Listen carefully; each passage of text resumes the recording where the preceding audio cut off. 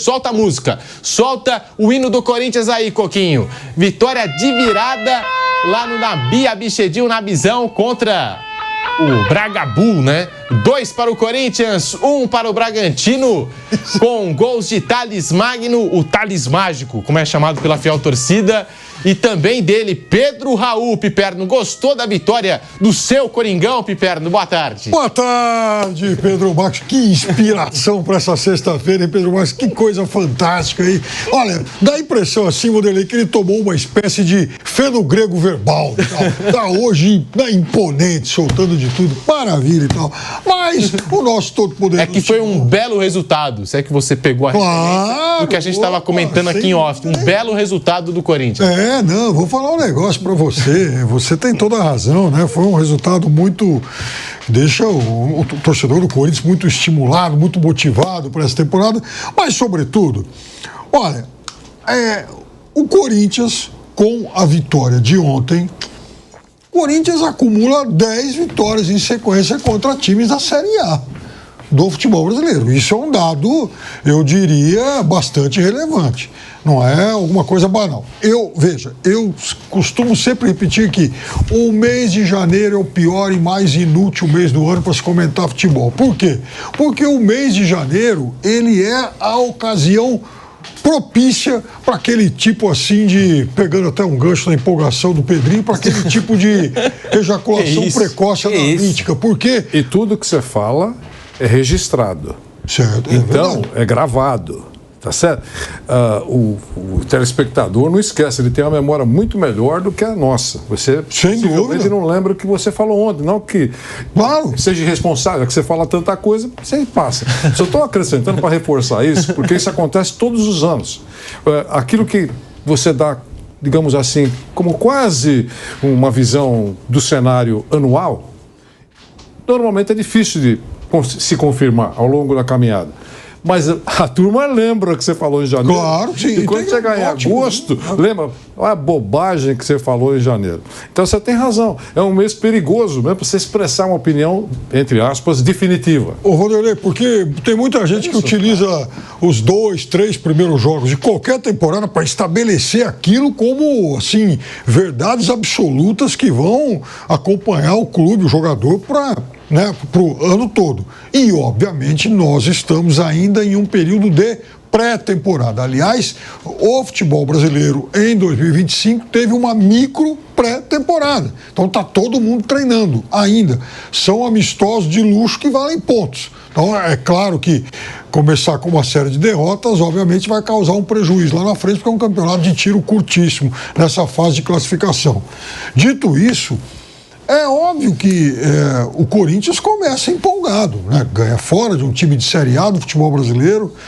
Pedro Raul, nossa, né? Voltando a fazer gols. É interessante, ele foi um jogador muito importante no Brasileiro de 22, marcando, assim, ele naquele campeonato, ele foi o jogador que mais marcou, mais fez gols que valeram pontos, jogando pelo Goiás. Era 1-0, era 1-1, gol de Pedro Raul, gol de Pedro Raul. Já tinha jogado bem no Botafogo antes e tal, mas realmente ele tem uma carreira bastante regular e definitivamente não foi o jogador que o Corinthians imaginava até aqui. Em relação ao Thales Magno, nem viu o jogo de ontem, esquece o que ele jogou ou deixou de jogar ontem. Eu sempre achei um jogador muito bom do ponto de vista técnico.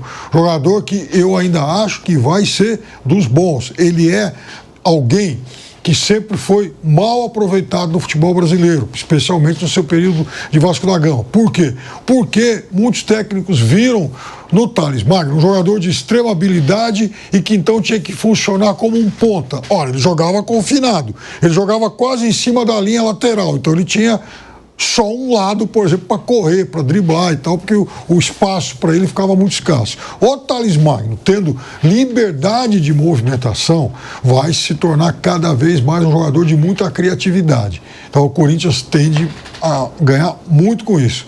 Mas, de qualquer forma, embora seja um início auspicioso, é só mais um amistoso de luxo nessa fase de pré-temporada. Um amistoso de luxo que vale pontos. Corinthians, se a gente for pegar a temporada 24, do jeito que terminou, e a vitória de ontem, já são 8 vitórias consecutivas para esse Corinthians, hein? Vanderlei Nogueira justifica essa minha empolgação na abertura do programa com esse Corinthians do Ramon Dias. O Ramon disse que está feliz da vida aí com o Corinthians, com o que ele tem acompanhado, com o que ele tem visto. E o Coringão já começou o ano com o pé direito. Vanderlei Nogueira, boa tarde. Não, o seu entusiasmo é cativante. Eu só queria dizer o seguinte com relação ao Corinthians. O Corinthians ressurgiu nos últimos tempos, né? Então, para muitos corintianos apaixonados, fiéis, o Corinthians estava caindo, né? Alguns até menos otimistas já consideravam como viver na Série B, né? Que seria uma tragédia financeira, de imagem, de exposição. Olha, se nessa situação de ressurgimento técnico, né, do Corinthians, a turbulência política extrapola os muros do Parque São Jorge, da Neoquímica, enfim, não está brincadeira, e nas próximas horas terá mais uma reunião importante do Conselho Deliberativo, na segunda-feira, para saber se o presidente vai tomar um impeachment pelo peito ou não. Então, veja, ele estava numa situação dramática o Corinthians. Ele ficou mais de 2 meses na zona de rebaixamento do Campeonato Brasileiro do ano passado, não mostrava força de reação, perdia jogos que aparentemente, olha, acho que agora vai dar, não dava, perdia. Enfim, dramática a situação do Corinthians, né? Dentro e fora do campo. Dentro e fora do campo, financeiramente. Bom, estava numa situação da pior. Nos capítulos finais da série Netflix do ano passado do Corinthians, o Corinthians começou a mudar o enredo, mudar o cenário da trama. Começou a ganhar pontos. Foram 9, né? 9 na sequência. 9. 27 pontos. Se tivesse umas 15 rodadas a mais, o Corinthians podia ser até campeão ou ficar ali, né, entre os primeiros colocados, de repente, se tivesse umas rodadas a mais. Claro, naquele patamar de recuperação, se tivesse algumas rodadazinhas a mais, a coisa ficaria absolutamente fantástica para o Corinthians se permanecesse ganhando pontos como terminou a competição. Não só escapou do rebaixamento, como conseguiu uma vaguinha para participar da principal competição do continente. Poxa vida, foi um sucesso, né? O professor Ramon, quando chegou, ele não escondeu, não. Eu estou chegando aqui para salvar o Corinthians do rebaixamento. Isso que foi dito. E quase 80% dos discursos, antes da coisa começar a se ajeitar, era aquele negócio, se escapar do rebaixamento, salvou o ano. Eu não estou repetindo, eu estou só repetindo a verdade. É o que aconteceu. Aí o Corinthians terminou o campeonato bem, e o torcedor do Corinthians no campo, por aquilo que viu no campo, o ressurgimento, terminou o ano, puxa vida, esperando um ano melhor. Chegaram reforços, os jogadores dizendo que os salários estão em dia, menos desse mês, mas o presidente, segundo os jogadores, segundo o Romero, segundo os jogadores, conversou que era um problema de caixa, de fluxo de caixa, e que nos próximos dias pagaria também em dia o último mês. Acho que era o de dezembro ou de janeiro. Mas é isso. De qualquer maneira, ainda fez a observação. Pô, a gente vivia no atraso. Então, diante desse cenário todo, e o Corinthians, agora com essa brincadeirinha que alguns estão fazendo, não para de vencer, começa a temporada, é melhor sim, mas é nuvem passageira. Logo, quando a coisa começar a apertar, vai tomar trombadas. E essa é uma outra desculpa, é uma outra conversa, mãe de Iná, não se sabe exatamente o que vai acontecer, como já foi dito agora pelo Piperno, está só começando. Mas não é bom ganhar? É bom ganhar. Todo mundo sabe que ninguém está bem. É início para todo mundo. Para os piores times e para os melhores times. Está todo mundo começando a sua caminhada. Aquecimento. Não é bom você começar um aquecimento ganhando?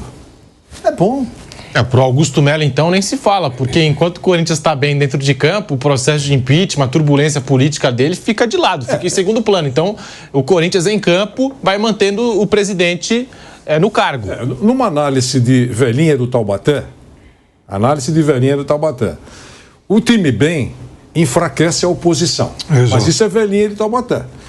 Eu não estou considerando como agem os conselhos da maioria dos clubes no Brasil.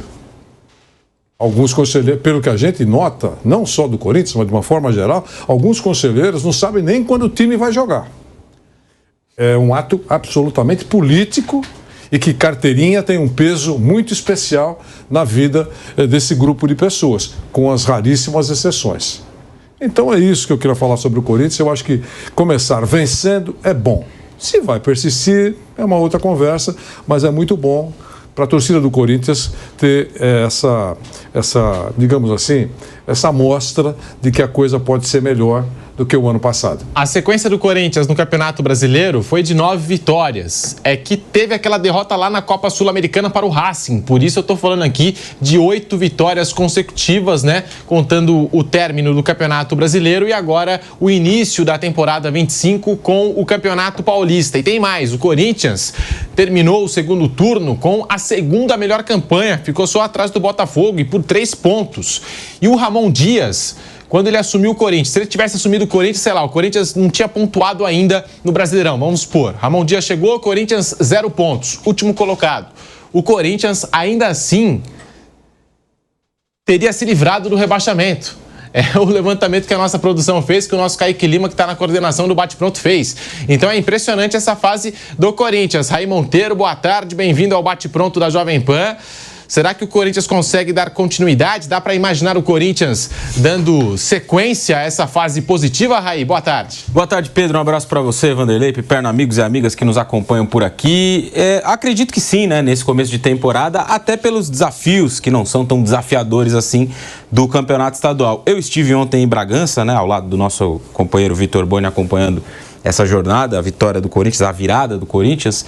E acho que tem alguns pontos legais aí pra gente olhar em relação ao jogo, embora não seja aquela avaliação, é muito começo de temporada ainda, mas não dá pra perder de vista que, diferente, por exemplo, do Palmeiras, eu não tô comparando os times, é claro, o Corinthians enfrentou um adversário de Série A, que fez alguns reforços, né? Teve alguns reforços, como o Piperno citou no início, contratou o Pita, por exemplo, que foi um atacante que se destacou nos últimos anos pelo Cuiabá, trouxe o Gabriel, o volante, que acabou nem estreando ainda, mas fez algumas, citei 2 aqui para dizer que o Bragantino fez algumas incorporações para essa temporada, né? Tem um treinador bastante promissor, o Fernando Seabra, que fez um trabalho bem legal no Cruzeiro na temporada passada, conhece bastante de futebol de base também.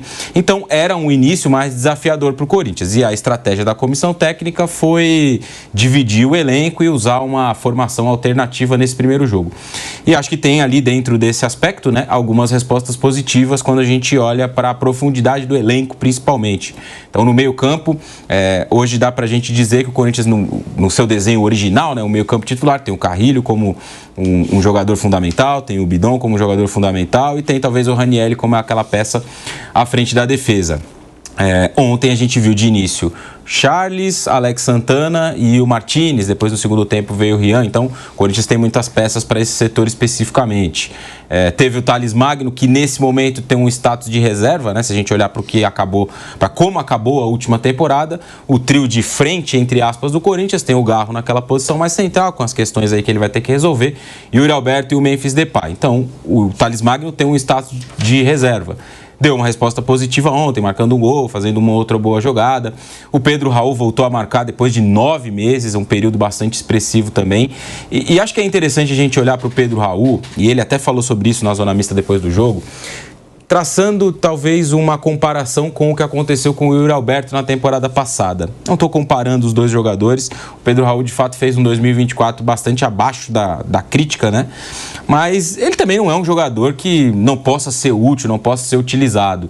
O Corinthians o colocou como um status de negociável no início da temporada, isso acabou não acontecendo, ele também explicou que recebeu algumas ofertas, mas que preferiu a sua continuidade, que quer dar a volta por cima e quer triunfar no Corinthians, e que se espelhava muito na história do Yuri Alberto na próxima temporada.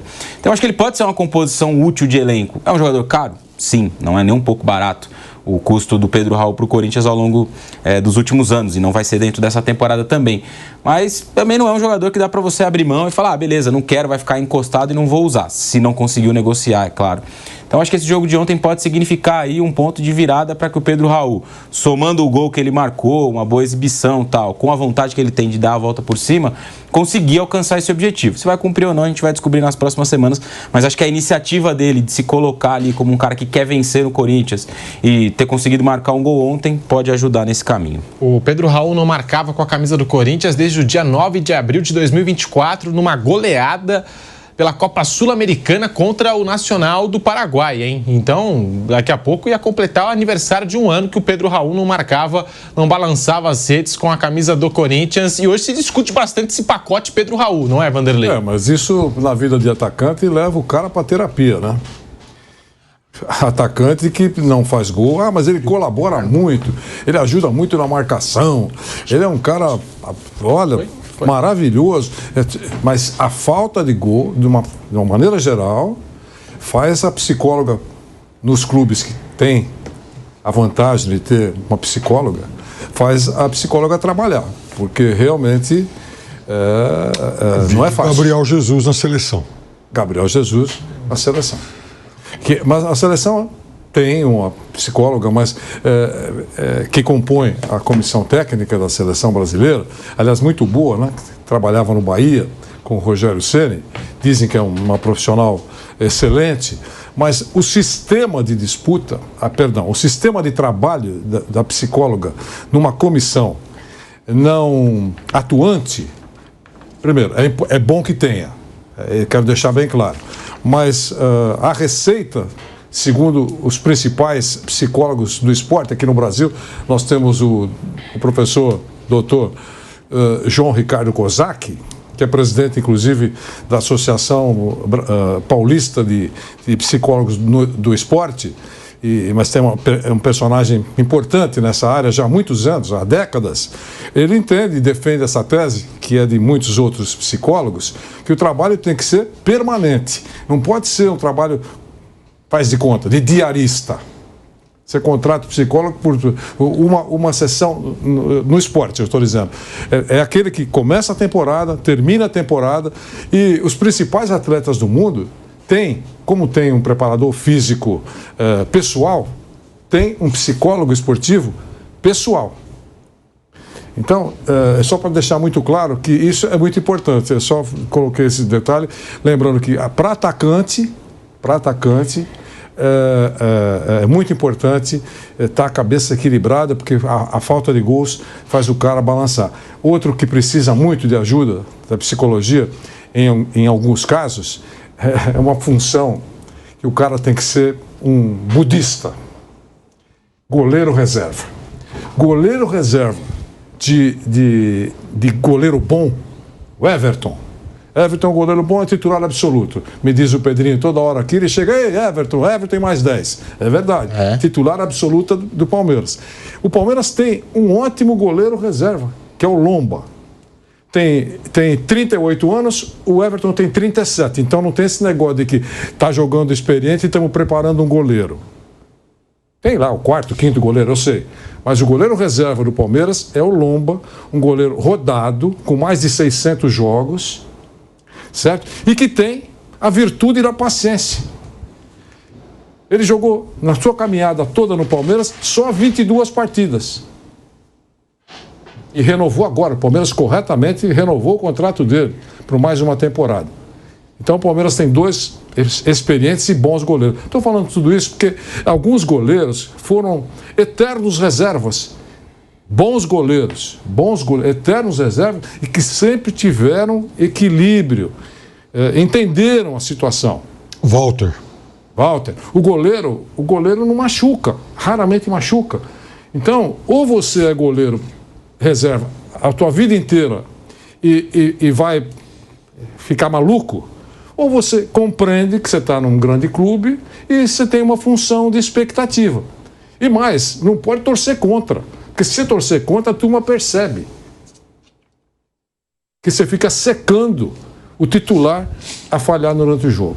É isso. Falando em reserva, o Fagner virou reserva nesse time do Corinthians para o Mateuzinho. Nessa janela foi para o Cruzeiro, até uma transferência que a gente tenta entender, porque o Corinthians está bancando um custo alto do Fagner, né, dos salários, dos vencimentos do jogador. O Ramon Dias, depois do jogo, concedeu entrevista coletiva, falou do Fagner, falou do que ele achou do jogo do Corinthians. Vamos ouvir o Ramon Dias. Ele fala e você acompanha aqui no Bate Pronto da Jovem Pan. Como es muy corto el tiempo de la preparación para empezar a jugar, consideramos nosotros que necesitamos preparar todo el grupo. Y creo que para cada juego que juega Corinthians es muy importante y es una muy buena prueba para muchos de los jugadores que tenemos, porque tienen que demostrar toda la capacidad que tienen. Y hoy demostraron mucha actitud, un partido muy difícil, muy intenso. Ellos prácticamente al completo, nosotros no, pero yo tengo que felicitar al grupo porque está entendiendo lo que es Corinthians, saber que cada partido que se juega para nosotros es mucha responsabilidad con el club, con los dirigentes, con los hinchas que nos acompañan, la cantidad de gente que vino de Corinthians. Entonces necesitamos conseguir el resultado y mantener el nivel que estamos teniendo. Estoy muy contento y muy feliz por los jugadores. Y sabemos que es un partido importante nosotros porque vamos a jugar con nuestra gente, con nuestro público. Va a tener la posibilidad de ver cómo está el equipo que vamos a presentar. Nosotros manejamos el esfuerzo, sabemos que dentro de 48 horas ya vamos a tener que jugar otra vez. Y vamos a tratar de armar un equipo que a la gente le guste. Hay que ver cómo se recupera Memphis, cómo está Coronado, cómo está Garro. Así que hacemos un buen análisis para que la gente también vea a los jugadores cómo van progresando físicamente. Así que esperamos de armar un buen grupo, sabemos que tenemos un buen grupo y también jugamos 2 partidos en local y esperemos de ganar. Primero a Fagner le tenemos que agradecer por todo lo que le dio a Corinthians.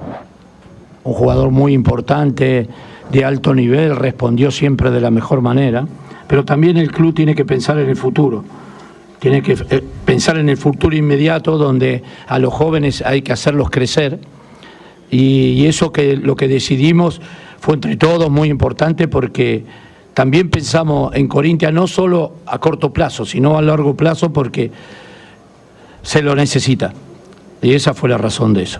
Y nosotros siempre le vamos a agradecer cómo se comportó con nosotros en este periodo que estuvimos nosotros, agradecerle, un gran profesional. Sabemos que el fútbol es dinámico, es muy dinámico, la exigencia es cada día más grande y por eso creo que es bueno también que tenga la oportunidad en otro club. Y agradecerle mutuamente. Aí a palavra do Ramon Dias falando do jogo do Timão e também da transferência do Fagner Piperno, Ray Monteiro. Queria saber de vocês, até começando aqui pelo Piperno, eu comecei o programa aqui empolgado, iludido. Todo mundo notou. Iludido com o Timão, mas depois das palavras dos nossos colegas aqui que estão na mesa, dos comentários, eu fiquei um pouco assim, né? Pedrinho. O Corinthians é ou não é favorito para o Paulistão esse ano?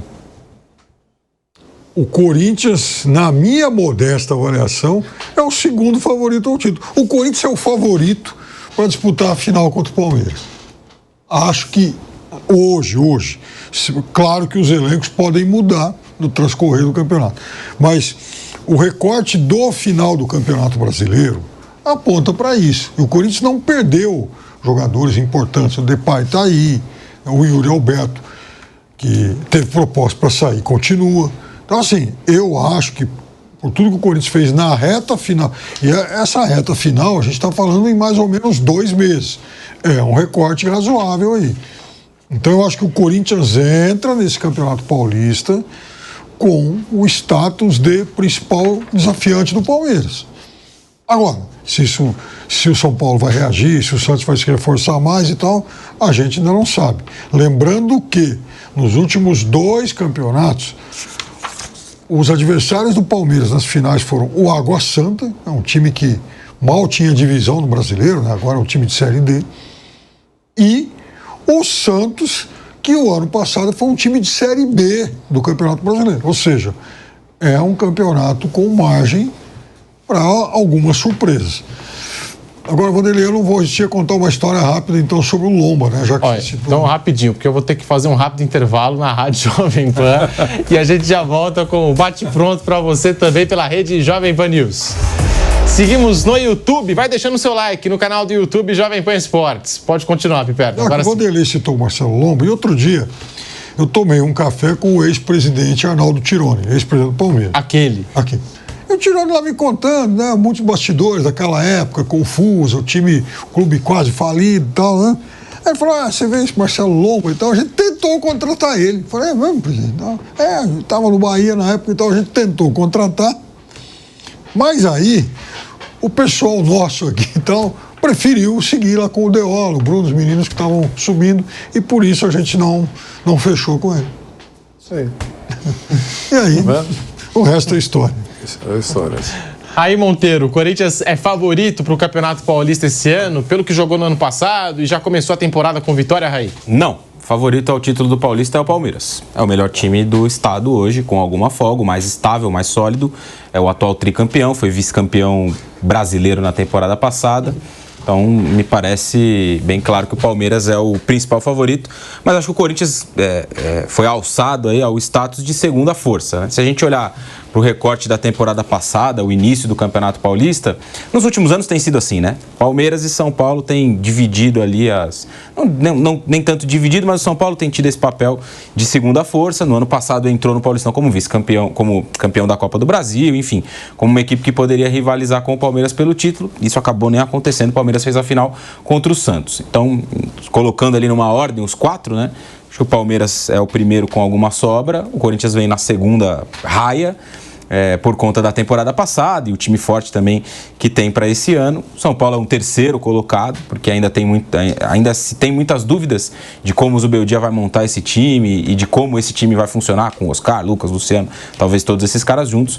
E acho que o Santos, nesse processo todo de reformulação, de poucas contratações, é um time que está bem distante dos outros 3. O Santos que venceu ontem o Mirassol por 2-1 e eu lembro daquela história, né? Da quarta força. Lembra quando o Corinthians foi Hoje a quarta força lá em 2017? E aí o Corinthians foi campeão paulista e depois campeão brasileiro com aquele primeiro turno irretocável, né? Ganhando quase todos os jogos, 47. basicamente. E muitos daqueles jogos com 1-0 o gol do Jô. E o Jô brilhou naquele campeonato brasileiro em 2017. O Hernanes também com a camisa do São Paulo. E até falou no renascimento de jogadores do 7-1 que participaram do 7-1 e a carreira não estava tão boa assim e se recuperaram naquele Brasileirão de 17. O Hernanes que chega para recuperar o São Paulo, tirar as chances de rebaixamento do São Paulo, e o Jô que ajuda em muito o Corinthians a conquistar aquele Brasileirão.